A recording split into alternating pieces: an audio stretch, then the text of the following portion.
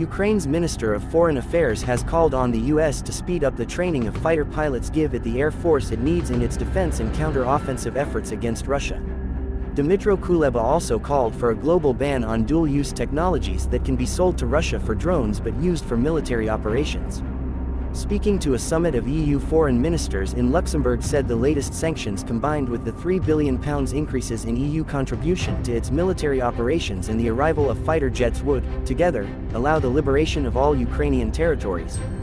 Ukraine expects to receive a clear invitation for simplified accession to NATO when the military alliance holds a summit next month in Lithuania, a senior official said on Monday. Andriy Yermak, head of the presidential staff, reiterated Ukraine's position on NATO accession in comments published after Russia thwarted a march by mercenaries heading towards Moscow at the weekend, Reuters reported. Ukraine's position: the expected result is to receive an invitation for simplified accession at the summit in July. But, importantly, we would like to receive an absolutely clear signal that would establish Ukraine's path to NATO membership, he told a briefing for German media. Ukrainian forces have liberated the southeastern village of Rivnopil from Russian control, Ukraine's Deputy Defense Minister, Hanna Maliar, said on Monday.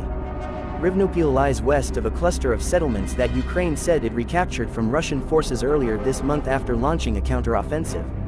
Defense forces have brought Rivnopil back under our control. We are moving ahead, Maliar wrote on the Telegram messaging app.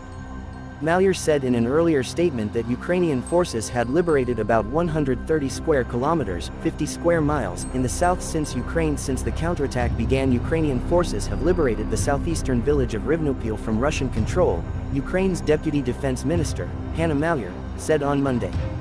Rivnopil lies west of a cluster of settlements that Ukraine said it recaptured from Russian forces earlier this month after launching a counteroffensive. Defense forces have brought Rivnopil back under our control. We are moving ahead, Maliar wrote on the Telegram messaging app. Maliar said in an earlier statement that Ukrainian forces had liberated about 130 square kilometers, 50 square miles, in the south since the counterattack began. Too early to predict consequences of aborted Wagner uprising, but UK prepared for range of scenarios, Prime Minister says.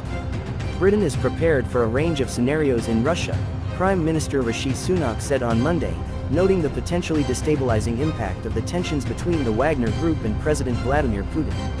Putin faced an unprecedented challenge to his authority over the weekend from an abortive mutiny by heavily armed mercenary fighters from the Wagner Group, Reuters reported.